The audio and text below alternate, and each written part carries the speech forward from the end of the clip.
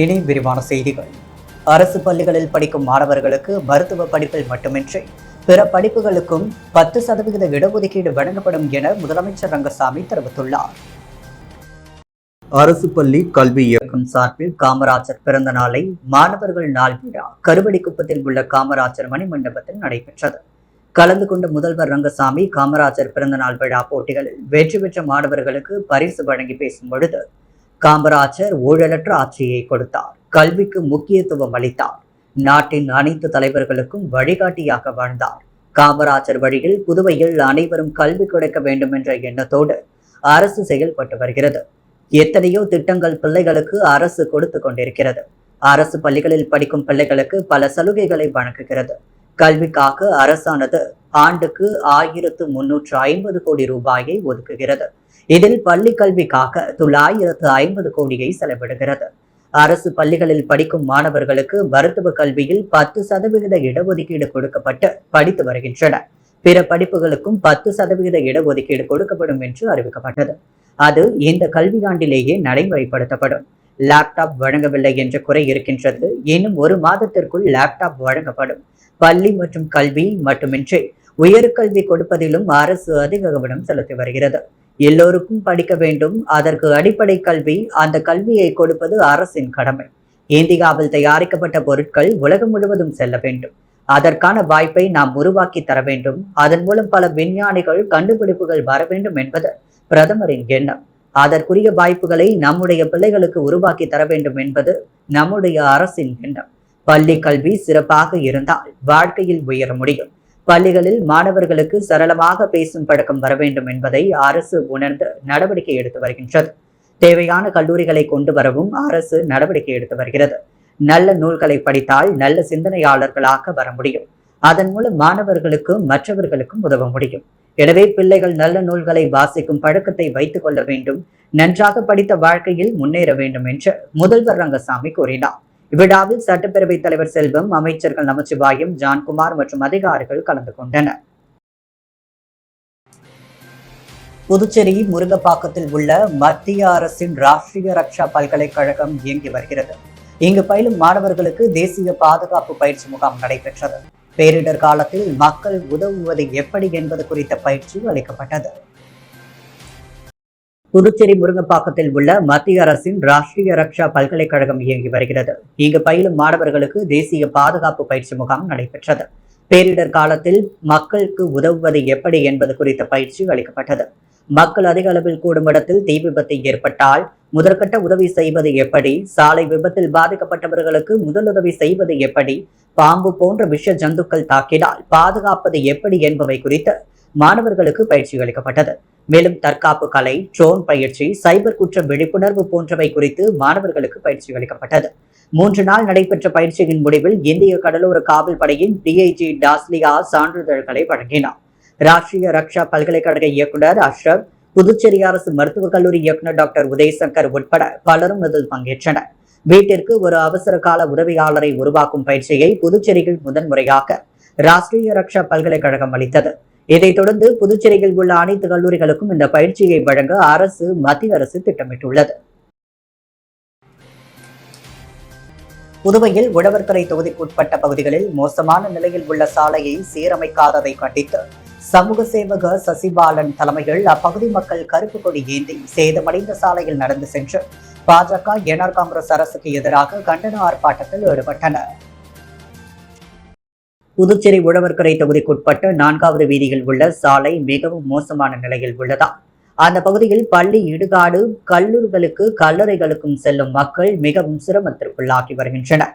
இந்நிலையில் சாலையை சீரமைக்க கோரி தொகுதி சட்டமன்ற உறுப்பினர் மற்றும் அரசு அதிகாரிகளிடம் பலமுறை முறையிட்டும் நடவடிக்கை எடுக்காததால் சமூக ஆர்வலர் சசிபாலன் தலைமையில் அப்பகுதி மக்கள் கையில் கருப்பு கொடி ஏந்தி கண்டன ஆர்ப்பாட்டத்தில் ஈடுபட்டனர். தொடர்ந்து சேதமடைந்த சாலை வழியாக நடந்து சென்று புதுச்சேரியில் ஆளும் பாஜக என்ஆர் காங்கிரஸ் கூட்டணி அரசுக்கு எதிராக கண்டன கோஷம் எழுப்பி தங்களது எதிர்ப்பினை தெரிவித்தனர். தொடர்ந்து சாலையை சீரமைக்கவில்லை என்றால் சாலை மறியல் போராட்டத்தில் ஈடுபட உள்ளதாக அப்பகுதி மக்கள் எச்சரிக்கை விடுத்துள்ளனர். புதுச்சேரி வணிகவியல் பள்ளிகள் சங்கம் சார்பில் முப்பெரும் விழா நடைபெற்றது.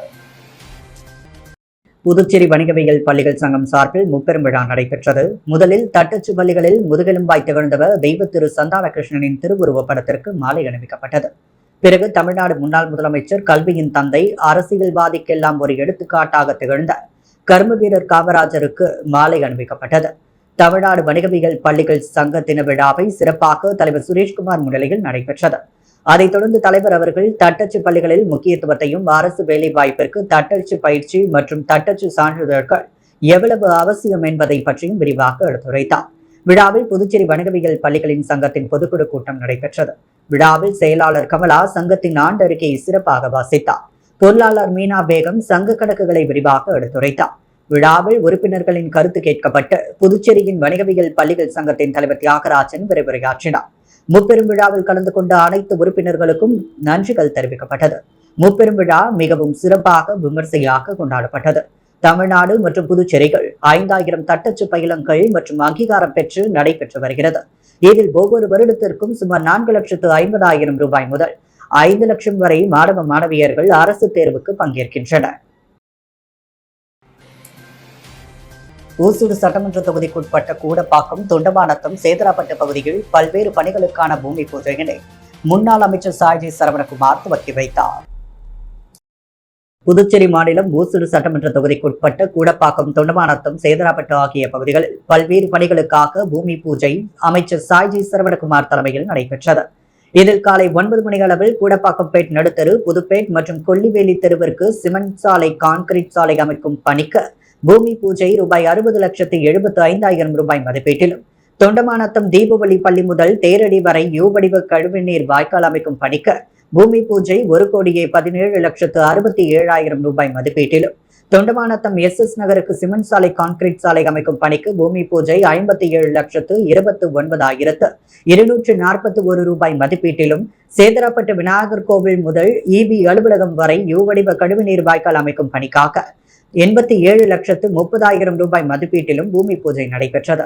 இதில் தொகுதியின் முன்னாள் அமைச்சர் சாய்ஜி சரவணகுமார் கலந்து கொண்டு விழாவிற்கு தலைமை தாங்கி பல்வேறு பணிகளுக்கான பூமி பூஜையினை பூஜை செய்து துவக்கி வைத்தார்.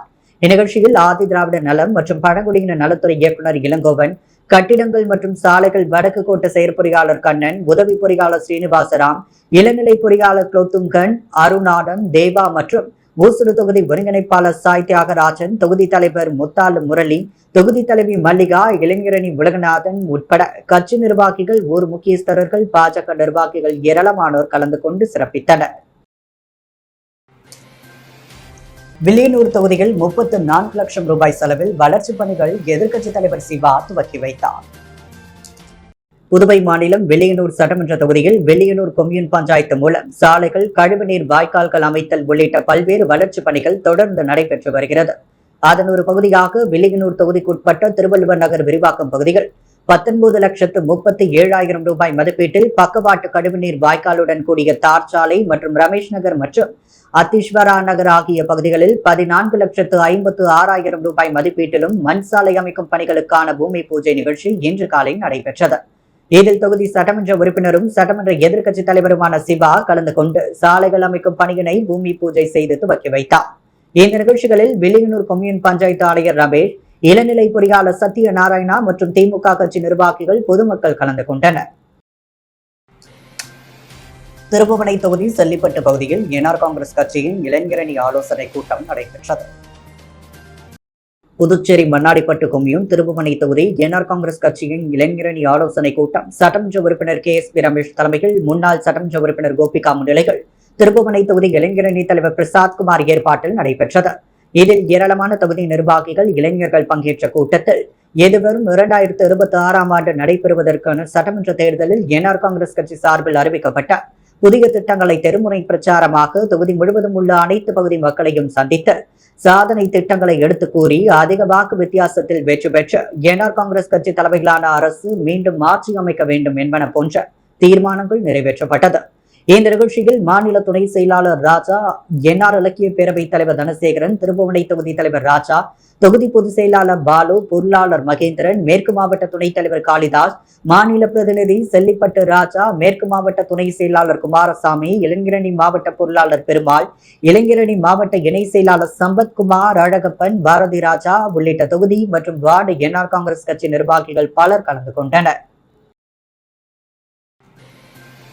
முத்தியால்பேட்டை தொகுதிக்குட்பட்ட ஸ்டாலின் நகர், அதனை சுற்றியுள்ள பகுதிகளில் ஏறக்குறைய 150 வீடுகளுக்கு புதைவட கேபிள் மற்றும் தெருவிளக்கு அமைக்கும் பணிகளை சட்டமன்ற உறுப்பினர் பிரகாஷ்குமார் பூமி பூஜை செய்து துவக்கி வைத்தார்.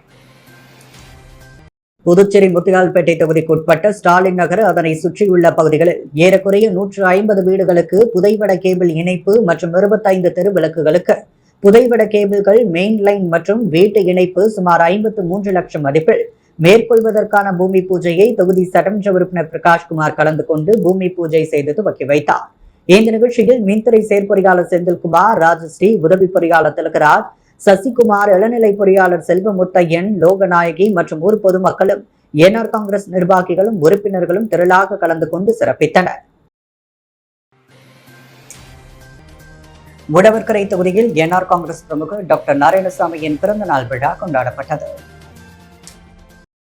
ஊசுடு தொகுதியின் முன்னாள் சட்டமன்ற வேட்பாளர் பலராமன், அவருடைய மகனுமான நாஜா வெங்கடேஷ் பலராமன், அகில இந்திய என்ஆர் காங்கிரஸ் கட்சியின் ஆதிதிராவிட நலத்துறை மற்றும் பழங்குடியினர் அணியின் புதுச்சேரி மாநில செயலாளர் ராஜா வெங்கட் அவர்கள் ஜூலை 15 பிறந்த நாள் விழா காணும் மணக்குள விநாயகர் கல்விக் குழுமத்தின் செயலாளரும் உழவர்கரை தொகுதியின் சமூக சேவகருமான டாக்டர் நாராயணசாமி பிறந்த நாள் விழாவில் பங்கேற்று வாழ்த்து கூறினர். தொடர்ந்து அவருக்கு பொன்னாடை போற்றி பூங்கொத்து கொடுத்து வாழ்த்துக்களை தெரிவித்தனர். புதுவையில் 3 நியமன சட்டமன்ற உறுப்பினர்கள் முறைகேடாக நியமித்துள்ளதாக மக்கள் முன்னேற்ற கழக தலைவரும் பேராசிரியருமான ராமதாஸ் கண்டனம் தெரிவித்துள்ளார். புதுவை மாநில மக்கள் முன்னேற்ற கழகத்தின் தலைவரும் பேராசிரியருமான ராமதாஸ் வெளியிட்டுள்ள கண்டன அறிக்கையில், புதுச்சேரி சட்டமன்றத்திற்கு உறுப்பினர்களை நியமிக்கும் விஷயத்தில் பாராளுமன்ற உறுதிமொழியை மீறி தொடர்ந்து முறைகேடுகள் நிகழ்ந்து வருவதை எடுத்துக்காட்ட வேண்டியது அவசியமாகிறது. யூனியன் பிரதேச சட்டம் 1963 பிரிவு 3 உட்பிரிவு 3 கீழ் 3 சட்டமன்ற உறுப்பினர்கள் நியமிக்கப்பட்டுள்ளனர். இந்த சட்டம் பாராளுமன்றத்தால் 1963 ஆண்டு நிறைவேற்றப்பட்டது. இது 11/5/1963 அன்று விவாதத்திற்கு வந்தபொழுது நியமனத்திற்கு வகை செய்யும் சட்டப்பிரிவு 3க்கு உட்பிரிவு முன்பு ஆளும் கட்சியாக இருந்த காங்கிரஸை தவிர அனைத்து எதிர்கட்சிகளும் எதிர்த்தன. 30 உறுப்பினர்கள் கொண்ட சட்டமன்றத்திற்கு 3 பேரை நியமித்தால் பல பிரச்சனைகள் உருவாகும். எனவே நியமனமே தேவையில்லை என்று அறிவார்ந்த பாராளுமன்ற உறுப்பினர்கள் வாதிட்டனர். ஆனால் இச்சட்டத்தை முன்மொழிந்த முன்னாள் உள்துறை அமைச்சர் லால் பகதூர் சாஸ்திரி, இச்சட்டம் தவறாக பயன்படுத்தப்படாது என்றும் இது 3 முக்கிய உன்னத நோக்கங்களை அடைவதற்காக மட்டுமே 3 சட்டமன்ற உறுப்பினர்கள் நியமிக்கப்படுவார்கள் என்றும் வாக்குறுதி அளித்தார். அந்த நோக்கங்களின் முதலாவதாக, புதுச்சேரியின் எந்த ஒரு பெரிய சமுதாயம் தேர்தல் மூலமாக சட்டமன்றத்தில் இடம்பெறவில்லையோ அந்த சமுதாயத்திலிருந்து ஒருவர் நியமிக்கப்பட்டவர். இரண்டாவதாக, பெண்கள் தேர்தல் மூலமாக சட்டமன்றத்தில் இடம்பெறவில்லை என்றால் அவர்களில் ஒருவர் நியமனம் செய்யப்படுவர். மூன்றாவதாக, அரசுக்கு மதிப்புமிக்க ஆலோசனை கூறுவதற்கு தொழில்நுட்ப ரீதியாக தகுதி வாய்ந்த பொறியாளர்கள், கல்வியாளர்கள் போன்றவைகள் ஒருவர் நியமனம் செய்யப்படுவர். மிக முக்கியமாக, ஆளும் கட்சியை சார்ந்தவர்களுக்கு மட்டுமே இந்த பதவிகள் வழங்கப்படாது என்றும் வாக்குறுதி அளிக்கப்பட்டது. இந்த நோக்கங்களை தோற்கடிக்கும் முறையில் தற்பொழுது 3 சட்டமன்ற உறுப்பினர்களை நியமிப்பது அநியாயமானது, அதர்மமானது.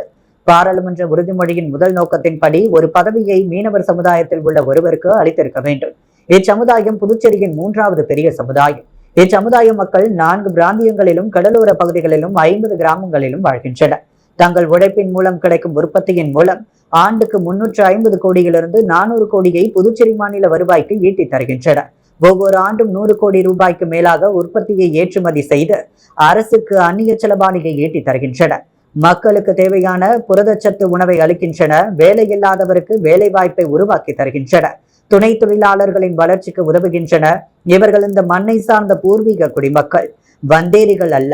சமூக ரீதியாகவும் பொருளாதார ரீதியாகவும் இவ்வளவு முக்கியத்துவம் வாய்ந்த இந்த சமுதாயத்தில் ஒருவர் கூட நடப்பு சமுதாயத்திற்கு சட்டமன்றத்திற்கு தேர்தல் மூலமாக தேர்ந்தெடுக்கப்படவில்லை. இப்படிப்பட்ட சூழ்நிலை உருவாகும் பொழுது பிரதிநிதித்துவம் பெறாத பெரிய சமுதாயத்திற்கு நியமன சட்டமன்ற உறுப்பினர் பதவியை அளித்திருக்க வேண்டும் எனவும் கூறியுள்ளனர். மேலும் 3வதாக உள்ள மீனவ சமுதாய மக்களுக்கு சமூக நீதியும் அரசியல் நீதியும் வேண்டும் என்றே மறுக்கப்பட்டுள்ளது. மீனவர்களை வாக்கு வங்கியாக மட்டுமே பார்க்கப்படுகின்றதே தவிர வாக்கு வாங்குபவர்களாக கருதப்படவில்லை. வரும் சட்டமன்ற தேர்தலில் இப்பெரிய சமுதாயம் இந்த சமூக அரசியல் அநீதியை இழைத்த பிஜேபி மற்றும் என்ஆர் காங்கிரஸ் கட்சிக்கு எதிராக 10 தொகுதிகளில் வாக்களிப்பர். இச்சமுதாயத்தின் வாக்குகள் இல்லாமல் இந்த 2 கட்சிகளும் அடுத்த சட்டமன்ற தேர்தலில் 10 தொகுதிகளில் தோற்கடிக்கப்படுவது உறுதி என அந்த அறிக்கையில் குறிப்பிடப்பட்டுள்ளார். பெருந்தலைவர் காமராஜரின் 123வது பிறந்த நாளை முன்னிட்டு குயவர்பாளையத்தில் உள்ள அவரது சிலைக்கு காமராஜர் தொண்டர்கள் மாலை அணிவித்து மரியாதை செலுத்தினர். பெருந்தலைவர் காமராஜரின் 123வது பிறந்த நாளை முன்னிட்டு புதுச்சேரி குயவர்பாளையம் பகுதியில் பெருந்தலைவர் காமராஜரின் தொண்டர்கள் லெனின் வீதியில் உள்ள அவரது திருவுருவச் சிலைக்கு ஸ்ரீ பாலமுருகன் டிரான்ஸ்போர்ட் உரிமையாளர் வீரப்பன் தலைமையில் மாலை அணிவித்து மலர் தூவி மரியாதை செலுத்தினர். பின்பு பொதுமக்களுக்கு இனிப்பு வழங்கி கொண்டாடினர். இந்நிகழ்ச்சியில் இளங்கோவன், ராமு, மூர்த்தி, ராமதாஸ், ஐயனா, ஞானசேகரன், பழனி, வெங்கடேசன், நித்யா, சுகுமாரன், முனுசாமி, சிவராஜ், மணி, எலக்ட்ரீஷியன் ஏப்ரல் மணி, ரமேஷ், பன்னீர் முருகன், கோவிந்தராஜ், ஆறுமுகம், ராஜரத்தினம், ராஜேந்திரன் மற்றும் குயவர்பாளையம் பகுதி பெருந்தலைவர் காமராஜரின் தொண்டர்கள் பலர் கலந்து கொண்டனர். வெளியனூர் கொம்யூன் பஞ்சாயத்து ஆணையர் மற்றும் உதவி பொறியாளர் ஆகியோர்களை கண்டித்து குதிரை வண்ணார் சமூக இயக்கத்தின் சார்பாக கொல்லி வச்சு துணி வைக்கும் முற்றுகை போராட்டம் நடைபெற்றது. புதுவை ஆட்சி பரப்பில் வெளியனூர் மண்ணடிப்பட்டு கொம்யூன் பஞ்சாயத்து, உழவர்கரை நகராட்சி உட்பட பல்வேறு கிராமங்களில் சேரிவாழ் வண்ணன் என்கின்ற குதிரை வண்ணான் சமூகத்தை சேர்ந்த மக்கள் தொடர்ச்சியாக 60 ஆண்டுகளுக்கு மேலாக இப்பகுதியில் சலவை தொழில் செய்து வாழ்ந்து வருகின்றனர். பட்டியலின எஸ்சி சலவை தொழிலாளர் சமூகத்தை சேர்ந்த தங்களுக்கு சிறப்பு கூறு எஸ்சிபி நிதிகள் வெளியனூர் சங்கராபரணி ஆற்றங்கரையோரம் அருகில் உள்ள அரசுக்கு சொந்தமான இடத்தை தேர்வு செய்து சலவைக்கூடம், சலவைத்துறை கட்டுவதற்காக பலமுறை விண்ணப்பங்கள் வெளியனூர் கொம்யூன் பஞ்சாயத்து ஆணையரிடம் கொடுக்கப்பட்டது. தங்களது கோரிக்கைகளை ஏற்று ஆணையர் மற்றும் உதவி பொறியாளர் இடத்தை தேர்வு செய்து பார்வையிட்டனர். ஆதி திராவிட நலத்துறை அமைச்சர் செயலாளரை அவர்கள் சந்தித்து அவர்களது கோரிக்கையை வலியுறுத்தினர். எங்களது நீண்டகால கோரிக்கையை ஏற்று ஆதி திராவிட நலத்துறை செயலாளர் முத்தம்மா IAS அவர்கள் சலவை கூடம் எஸ்சிபி நிதியில் கட்டுவதற்கு மதிப்பீடு மற்றும் கோப்புகளை தயார் செய்து அனுப்புமாறு வெளியனூர் மண்ணாடிப்பட்டு கொம்யூன் பஞ்சாயத்து மற்றும் உழவர்கரை நகராட்சி ஆணையருக்கு உத்தரவு பிறப்பித்தார். இந்த உத்தரவை சிறிதளவும் பொருட்படுத்தாமல் காலம் கடத்தி கொண்டு போகும் வெளியனூர் கொம்யூன் பஞ்சாயத்து ஆணையர் மற்றும் உதவி பொறியாளரை கண்டித்து இன்று தங்களது சமூக இயக்கத்தின் சார்பாக கொல்லி வச்சி துணி வைப்பு போராட்டம் முற்றுகை போராட்டம் நடைபெற்றது. இப்போராட்டத்திற்கு குதிரை வண்ணார் விடுதலை இயக்கத்தின் தலைவர் கூத்தன் என்கின்ற தெய்வநீதி, பொதுச் செயலாளர் அர்ஜுனன், வெளியனூர் கொம்யூன் தலைமை நிர்வாகிகள் கோவிந்தன், சுப்பிரமணியன், கலிகமூர்த்தி, அழகவேல், மோகன், குணசேகரன், ராஜசேகர், சத்யராஜ், அண்ணாமலை பாபு, பிரகாஷ், மணிமாறன் மற்றும் செயற்குழு உறுப்பினர்கள் பலர் கலந்து கொண்டனர். தமிழ்நாடு நாடார் பேரவை சார்பில் ராஜா தியேட்டர், லெனின் வீதி, மணிமண்டபம், காமராஜர் சிலைகளுக்கு மாலை அணிவித்து மரியாதை செய்து 200 பேருக்கு அன்னதானம் வழங்கப்பட்டது. பெருந்தலைவர் காமராஜரின் 123வது பிறந்த நாள் விழாவை முன்னிட்டு புதுச்சேரி மாநில தமிழ்நாடு நாடார் பேரவை சார்பில் செயலாளர் KK சாமி நாடார் வாழ்த்துக்களுடன் தலைவர் குமார் நாடார், பொருளாளர் ராஜ நாடார் தலைமைகள், துணைத் தலைவர்கள் சக்திவேல் நாடார், காமராஜர் நாடார், யுவராஜ் நாடார், துணை செயலாளர் பாண்டியன் நெடுஞ்செழியன் நாடார், மாரிமுத்து நாடார், செயற்குழு உறுப்பினர்கள் கணேசன் நாடார், குருசாமி நாடார், தங்கப்பிரகாசம் நாடார், மருதகாசி நாடார், கருத்தபாண்டியன் நாடார், குதிரேசன் நாடார், ராமன் நாடார், முருகன் நாடார் முன்னிலைகள் பாலாஜி திரையரங்கம் அருகிலிருந்து புறப்பட்டு ராஜா திரையரங்கம் சதுக்கத்தில் அமைந்துள்ள பெருந்தலைவர் திருவுருவச் சிலைக்கு மாலை அணிவிக்கப்பட்டது. பின்பு சாரம் லெனின் வீதிகள் அமைந்துள்ள பெருந்தலைவர் திருவுருவச் சிலைக்கு மாலை அணிவிக்கப்பட்டு அதைத் தொடர்ந்து கருவடிக்குப்பம் பகுதியில் அமைந்துள்ள காமராஜர் மணிமண்டபம் சென்று மாலை அணிவிக்கப்பட்டது. பிறகு தமிழ்நாடு நாடார் பேரவையில் வைத்த 200 நபருக்கு அன்னதானம் வழங்கப்பட்டது. தமிழ்நாடு நாடார் பேரவை நிர்வாகிகள், உறுப்பினர்கள், பேரவை சொந்தங்கள் அனைவரும் கலந்து கொண்டு விழாவினை சிறப்பித்தனர். உழவர்கரை தொகுதிக்குட்பட்டு டாக்டர் ராதாகிருஷ்ணன் நகர், கணபதி நகர், சுதாகர் நகர் உள்ளிட்ட பல்வேறு பகுதிகளில் 2 கோடி ரூபாய் மதிப்பீட்டில் பாதாள சாக்கடை அமைக்கும் பணிகளை சட்டமன்ற உறுப்பினர் சிவசங்கர் பூமி பூஜை செய்து துவக்கி வைத்தார். உழவர்கரை தொகுதிக்குட்பட்டு கணபதி நகர், செண்பகம் நகர், டாக்டர் ராதாகிருஷ்ணன் நகர், சுப்பிரமணியர் பாரதி வீதி குடியிருப்பு பகுதிக்கு பொதுப்பணித்துறையின் மூலம் 1 கோடியே 4 லட்சம் ரூபாய் மதிப்பில் பாதாள சாக்கடை அமைக்கும் பணிக்கான பூமி பூஜை நிகழ்வு நடைபெற்றது. சிறப்பு விருந்தினராக சட்டமன்ற உறுப்பினர் சிவசங்கர் கலந்து கொண்டு பணிகளை பூமி பூஜை செய்து துவக்கி வைத்தார். பொதுப்பணித்துறை தலைமை பொறியாளர் வீரசெல்வம், கண்காணிப்பு பொறியாளர் சுந்தரமூர்த்தி, பொது சுகாதார கோட்ட செயற் பொறியாளர் வாசு, கழிவுநீர் உட்கோட்ட உதவி பொறியாளர் வைத்தியநாதன், இளநிலை பொறியாளர் பாலாஜி மற்றும் முக்கிய பிரமுகர்கள், ஊர் பொதுமக்கள் கலந்து கொண்டனர். இதேபோல் சுதானா நகர் பகுதியில் நடைபெற்ற பாதாள சாக்கடை அமைக்கும் பணிகளையும் சட்டமன்ற உறுப்பினர் சிவசங்கர் பூமி பூஜை செய்து துவக்கி வைத்தார். புதுச்சேரி எல்லைப்பிள்ளைச்சாவடி அரசு துவக்க பள்ளியில் ஓவியக்கலை கண்காட்சி சிறப்பாக நடைபெற்றது. புதுச்சேரி எல்லைப்பிள்ளைச்சாவடி அரசு துவக்க பள்ளியில் ஓவியக்கலை கண்காட்சி சிறப்பாக நடைபெற்றது. விழாவிற்கு வட்டம் 2 பள்ளி துணை ஆய்வாளர் திருமதி செல்வி தலைமை தாங்கினார். சிறப்பு விருந்தினராக கலந்து கொண்ட செல்வி தொடர்ந்து ரிப்பன் வெட்டி கண்காட்சியை திறந்து வைத்தார். முன்னதாக பள்ளியின் தலைமை ஆசிரியை புவனேஸ்வரி அனைவரையும் வரவேற்றார். அதில் SNC தலைவர் திருமதி திலகவதி, பெற்றோர்களும் நூற்றுக்கணக்கான ஓவியங்களும் பார்வையிட்டனர். கல்வித்துறையில் இலவசமாக வழங்கப்படும் சீருடை, நோட்டு புத்தகங்கள், நாட்குறிப்பு மற்றும் எல்லைப்பிள்ளைச்சாவடி அரசு துவக்க பள்ளி ஆசிரியை திருமதி சுப்புலட்சுமி நன்கொடையாக வழங்கிய விளையாட்டு சீருடை ஆகியவற்றை பள்ளி துணை ஆய்வாளர் செல்வி மாணவர்களுக்கு வழங்கினார்.